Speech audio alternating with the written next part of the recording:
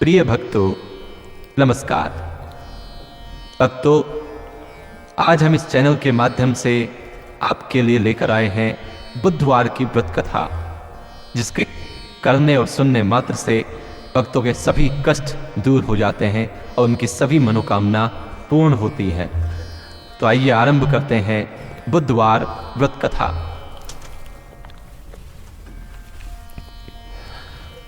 एक समय नैमिषारण्य वन में शौनक आदि मुनि एकत्र हुए और पुराणों के ज्ञाता व्यास जी के प्रधान शिष्य श्री सूत जी से पूछने लगे, हे मुनिवर, आपने हमें अनेकों पुनीत कथाएं सुनाई हैं जो दैविक और भौतिक पापों का नाश करने वाली हैं। कृपा करके कोई ऐसा व्रत बतावें जिसके करने से मनुष्य के सभी पाप समाप्त हो जाएं और उसे इस लोक में सभी सुख, प्रभु की भक्ति और अंत में मोक्ष प्राप्त हो सके। आप कृपा करके हमसे कहें। श्री सूत जी बोले, हे महर्षियों, मैं स्वयं इसका वर्णन नहीं कर सकता हूं क्योंकि यह विषय अथाह है। मैं आपके सामने एक सुंदर इतिहास कहता हूं जिसे महर्षि वशिष्ठ जी ने राजा मानधाता को कहा था। अब मैं उसी को आपसे कहता हूं। महाराज मानधाता अपनी सभा में बैठे हुए थे। उसी समय महर्षि वशिष्ठ पधारे। द्वारपाल ने महर्षि के आगमन की सूचना दी। महाराज अपने प्रधान सभासदों के साथ उठकर महर्षि जी को लेने के लिए आए और सुंदर आसन पर बैठा कर बोले, हे प्रभु, मेरे लिए क्या आज्ञा? वशिष्ठ जी ने कहा, राजन, मैं घूमते घूमते आपकी ओर चलाया हूं। आपको देखकर परम हर्ष हुआ। आप सब कुशल पूर्वक तो हैं? मानधाता बोले, महर्षि, आपकी कृपा से सब कुशल है, परंतु प्रभु, कोई ऐसा व्रत कहें जिसके करने से पापों की शांति होकर स्वर्ग की प्राप्ति हो। महर्षि जी ने कहा, राजन, आपने बहुत ही सुंदर प्रश्न किया है। एक महापुण्य देने वाला तथा स्वर्ग और मृत्यु लोक में दुर्लभ व्रत आपसे कहता हूं। आप ध्यान देकर सुने। यह महापुण्य को देने वाला बुधवार का व्रत है। अगर मनुष्य भक्ति और श्रद्धा युक्त होकर बुधवार का व्रत करता है तो इस लोक में सभी प्रकार के सुखों को भोग कर अंत में वैकुंठ को प्राप्त होता है। महाराजा मानधाता बोले, महर्षिवर, बुधवार के इस व्रत के करने से क्या फल मिलता है? इस व्रत की विधि क्या है? किस देवता का पूजन करना चाहिए इस दिन? और सबसे पहले पृथ्वी पर यह व्रत किसने किया? कृपा करके सब विस्तार पूर्वक मुझसे कहें, आपकी अति कृपा होगी। महर्षि बोले, राजन, मैं आपसे व्रत का फल संक्षेप में वर्णित करता हूं। वैसे व्रत के फल के कहने की सामर्थ्य स्वयं ब्रह्मा जी में भी नहीं है।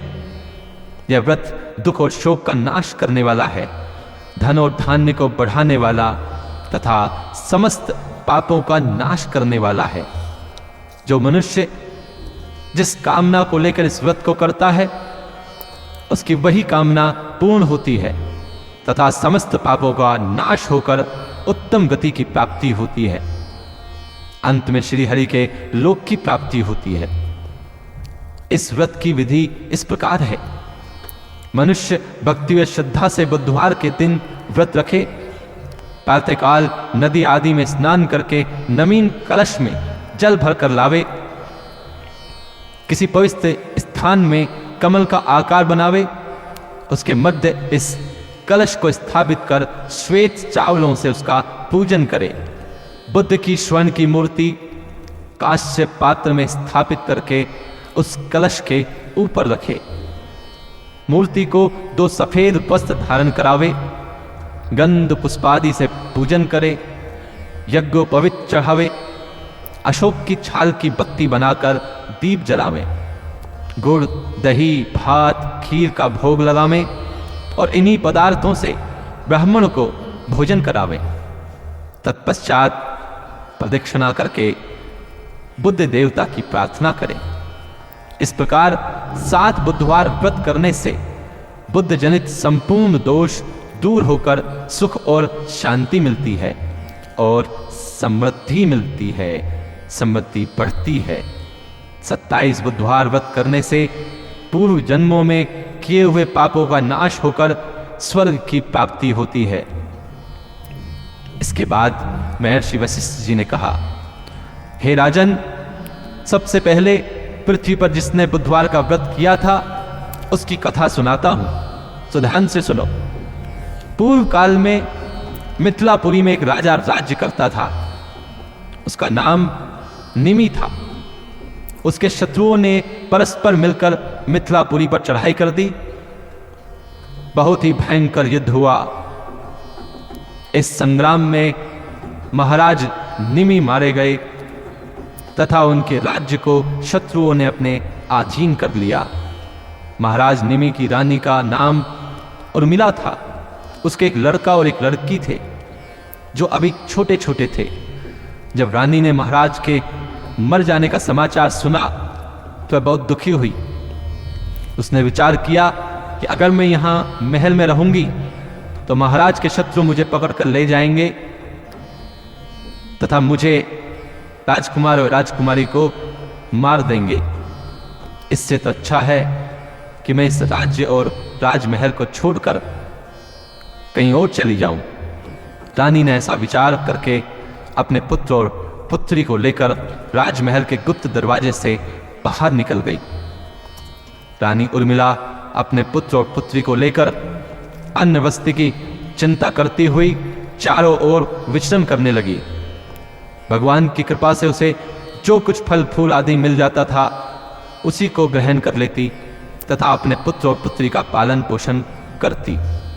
जंगल में जहां कहीं भी स्थान मिल जाता रात्रि को वो वहीं पर शयन करती और फिर प्रातःकाल उठकर चल देती।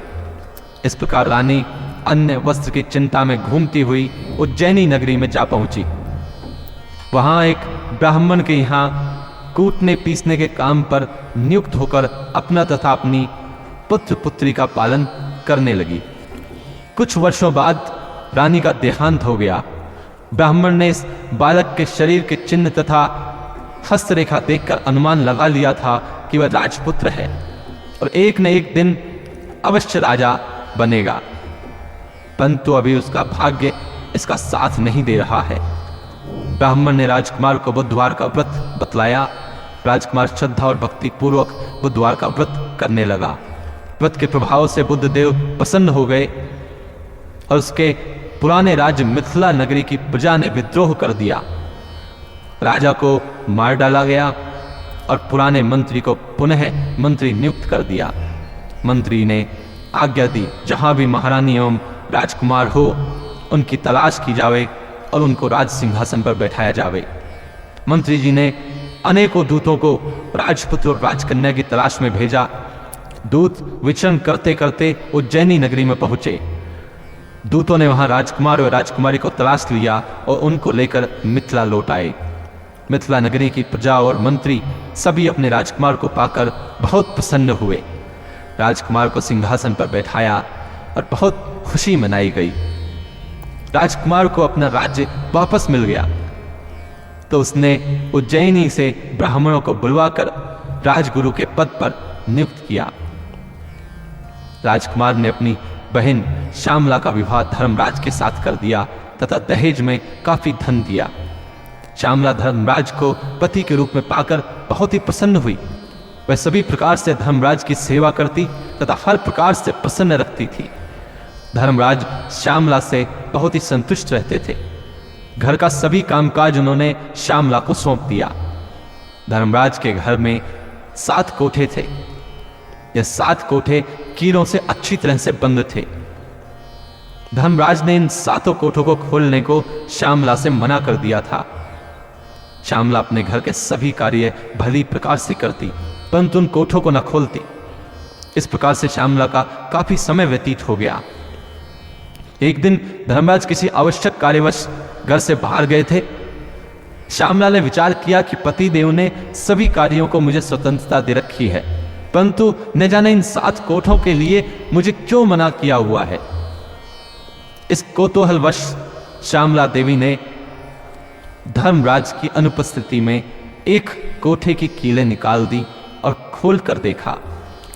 उसने श्यामला देवी ने अपनी माता को यमराज के भयंकर दूतों द्वारा गर्म तेल से भरे हुए कढ़ाई में डालते हुए देखा। इस दृश्य को देखकर श्यामला बहुत ही दुखी हुई और उसके मन में आतंक छा गया। उसने फिर दूसरे कोठे को खोलकर देखा। वहां उसने अपनी माता को कोल्हू में पिलते हुए देखा। अब श्यामला और भी दुखी हुई। उसने तीसरे कोठे को खोलकर देखा तो उसने अपनी माता को बड़े बड़े हाथियों द्वारा रोनते हुए देखा।